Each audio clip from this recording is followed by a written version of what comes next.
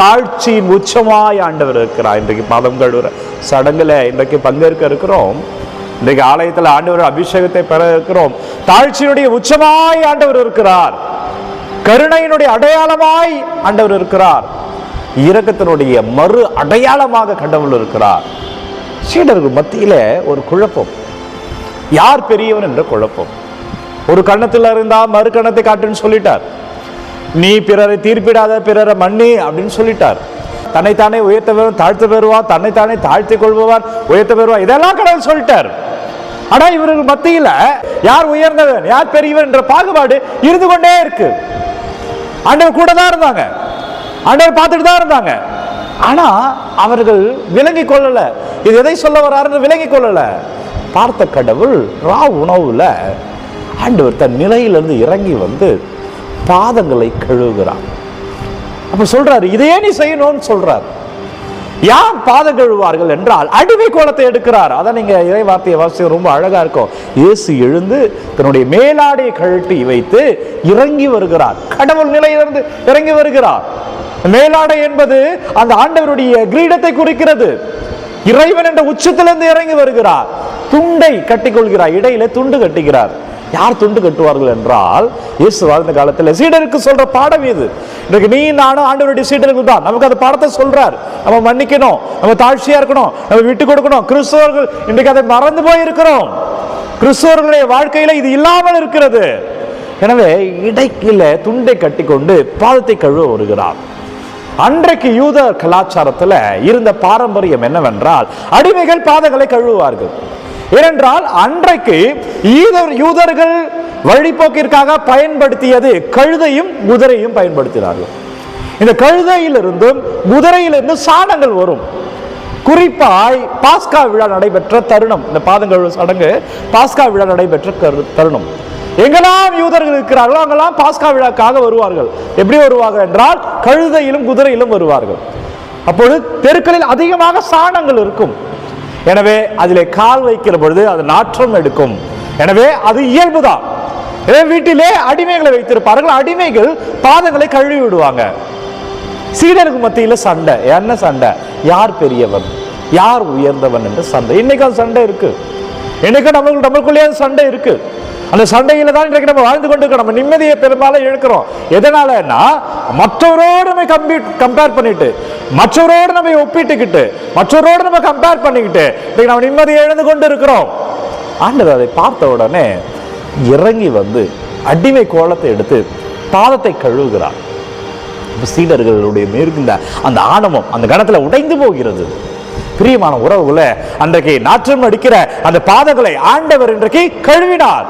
நம்ம மனசுல இந்த நாற்றம் அடித்துக் கொண்டே தான் இருக்கு. பகைமை என்ற நாற்றம், மன்னிக்க முடியவில்லையே என்ற துர்நாற்றம், பாகுபாடு பார்க்கிறோமே என்ற துர்நாற்றம், பல்வேறு நிலைகளை வைத்துக் கொண்டு மனிதர்களை பிரித்து பார்க்கிறோமே துர்நாற்றம், நான் உன்னை என் சாயலை படைத்தேன் என்று ஆண்டவருடைய படைப்பையே இந்த கேள்விக்குறியாக்கி பாகுபாடுகளை பார்க்கிறோமே, உயர்ந்தவன் தாழ்ந்தவன் இந்த துர்நாற்றத்தை நம்ம எப்ப கழுவ போறோம்? ஆண்டவர் சீடர்களை பாதங்களை கழுவினார். சீடர்கள் தூதர்களாக மாறினார்கள். சீடர்கள் ஆண்டவர் சாட்சியா மாறினாங்க. சீடர்கள் திருச்சபை தூண்களாய் மாறினார்கள். திருச்சபை சீடர்கள் ரத்தத்தினால் கட்டப்பட்டது. நீ எப்ப உன்னை கட்டுவ? நீ எப்ப ஆசீர்வாதத்துல கட்டுவ? இந்த பாகுபாடுகள் எல்லாம் வைத்துக்கொண்டு, பகைமையெல்லாம் வைத்துக்கொண்டு என்னதான் நீ கோயிலுக்கு போய் ஆண்டவரே ஆண்டவரேனால ஒண்ணு மாறாது. உன்னை நீ கழுவணும். மனதில் இருக்கிற நாற்றங்கள் வெளியில வரணும். நான் ஆண்டவருடைய பிள்ளை, நான் பாகுபாடு பார்க்க மாட்டேன், நான் தீமையை பார்க்க மாட்டேன், நான் மன்னிப்பேன், நான் விட்டு கொடுப்பேன், நான் தாழ்ச்சியா போவேன், எந்த சமூகத்தில் உள்ள ஏற்றத்தாழ்வுகளை நான் பார்க்க மாட்டேன் என்பதுதான் அந்த கழுவுதல். ஆண்டவர் இறங்கி வந்து நான் தான் கடவுள், நான் இறங்கி வந்து உன் பாதங்களை கழுவுறேன், நீ செய்வாயா அப்படின்னு சீடர்கள் கேட்டார். சீடர்கள் செய்தார்கள். தாழ்ச்சியோடு இருந்தார்கள். தங்கள் ரத்தத்தினால் இன்றைக்கு அழகான திருச்சபைகளை கட்டி இருக்கிறார்கள். நம்ம என்ன பண்ண போறோம்? இன்றைக்கு வீடு கவலையில் கஷ்டத்தில் இருக்கிறது. ஏனென்றால் காரணம் நாம் தான். ஒன்னும் ஆண்டவர்கிட்ட வரல. சீடர்கள் ஆண்டவரோடு வந்ததால் திருச்சபை அழகாய் மாறியது. நாமும் ஆண்டவரோடு வந்தால் நம்ம எல்லாருமே ஆலயம் தான். பவுல் சொல்கிறார், you are the temple of the Holy Spirit. தூய ஆவியார் குடிகொள்ளும் கோவில் நீ என்றால் திவ்ய நற்கருணை வாங்குகிறார்.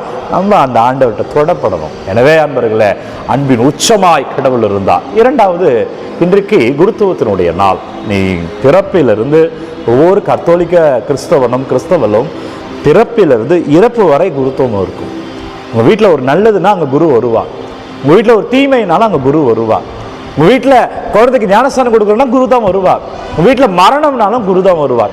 கருவறையிலிருந்து கல்லறை வரை குரு. அந்த குருத்துவம் தோன்றிய நாள் இந்த நாள். எனவே குருக்களுக்காக ஜெபிங்க. குறிப்பாய் உங்களுக்கு திருமணமானவர்களை, உங்களுக்கு திருமணத்தை நடத்தி வைத்த குருக்களுக்காக, உங்களுக்கு ஞானஸ்தானம் கொடுத்த சில பேருக்கு யார் ஞானஸ்தானம் கொடுத்தாலும் தெரியாது, இருந்தாலும் பரவாயில்ல, அந்த குருக்களுக்காக ஜெபிங்க.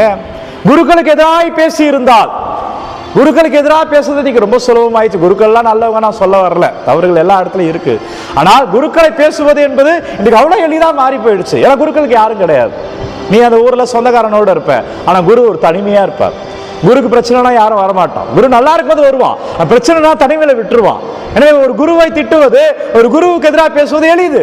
ஒரு அன்பிய தலைவரோட பேச முடியாது, ஒரு பங்குல இருக்கிறவங்க பேச முடியாது. அவங்க வீட்டில் இருக்கிறவங்க வந்து சண்டை போடுவாங்க. ஆனால் குருவுக்கு எதிராக யாரும் வரமாட்டாங்க. நீ நினைச்சிட்டு இருக்க, ஆண்டவர் வருவார், கடவுள் வருவார்.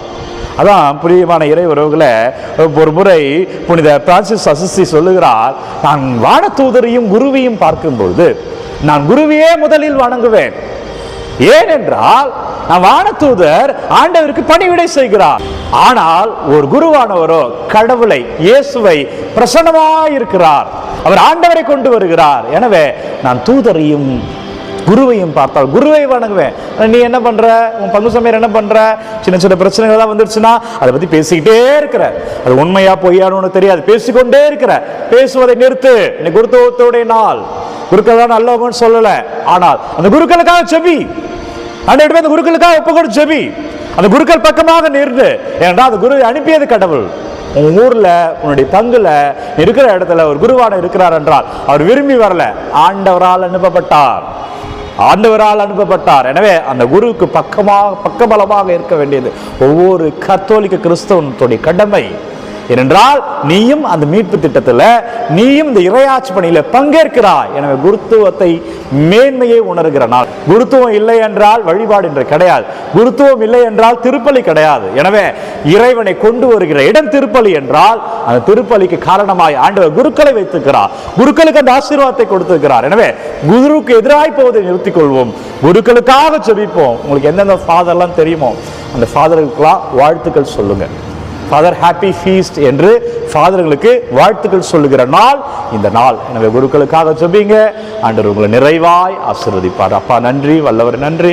பாதங்கள் தடங்களே தாழ்ச்சியாய் இருந்தீர். அப்பா நாங்களும் தாழ்ச்சியாக இருக்க எங்களை தொடுங்க. என்னெல்லாம் விண்ணப்பங்கள் அனுப்பி கொண்டிருக்கிறோம் ஒவ்வொன்றையும் உங்கள் பாதத்தில் வைக்கிறேன். அப்பா நீங்கள் ஆசீர்வதிங்க, கிருபையை தாங்க, வல்லமை தாங்க, அதிசயத்தை காணும்படி செய்யுங்க. ஜெபிக்கிற ஒவ்வொரு பிள்ளைகளும் விண்ணப்பங்கள் அனுப்பி கொண்டிருக்கிற ஒவ்வொரு விண்ணப்பங்களையும், கமெண்ட்ல வர ஒவ்வொரு ஜெப தேவைகளையும் உங்கள் பாதத்தில் வைக்கிறேன். நீங்க தொடுங்க. இயேசு கிறிஸ்துவின் பெயரால் நீங்க தொடப்படுவீர்கள்.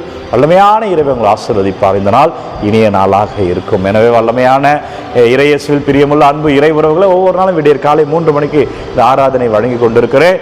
யாருக்கு தேவை என்று நினைக்கலாம் அவர்களோடு பகிர்ந்து கொள்ளுங்க. உங்களுடைய விண்ணப்பங்கள்லாம் கமெண்ட்ல அனுப்புங்க. ஆண்டவர் இயேசு கிறிஸ்துவின் பெயரால் உங்களுக்காக நான் ஜெபிக்கிறேன். God bless you. Have a nice day. எல்லாம் வல்ல இறைவன், தந்தை, மகன், தூய ஆவியார் உங்கள் அனைவரும் நிறைவாய் ஆசீர்வதிப்பாராக. ஆண்டவர் இயேசு சாமியின் பெயரில் இன்றைக்கு மகிழ்ச்சியாய் வாழ்வீர்கள், ஆசீர்வாதங்களை பார்ப்பீர்கள். இறைவன் உங்களோடு வருகிறார். அன்பர்களே, இந்த காணொளி யாருக்கு தேவை என்று நினைக்கிறீர்களோ அவர்களோடு பகிர்ந்து கொள்ளுங்க. God bless you.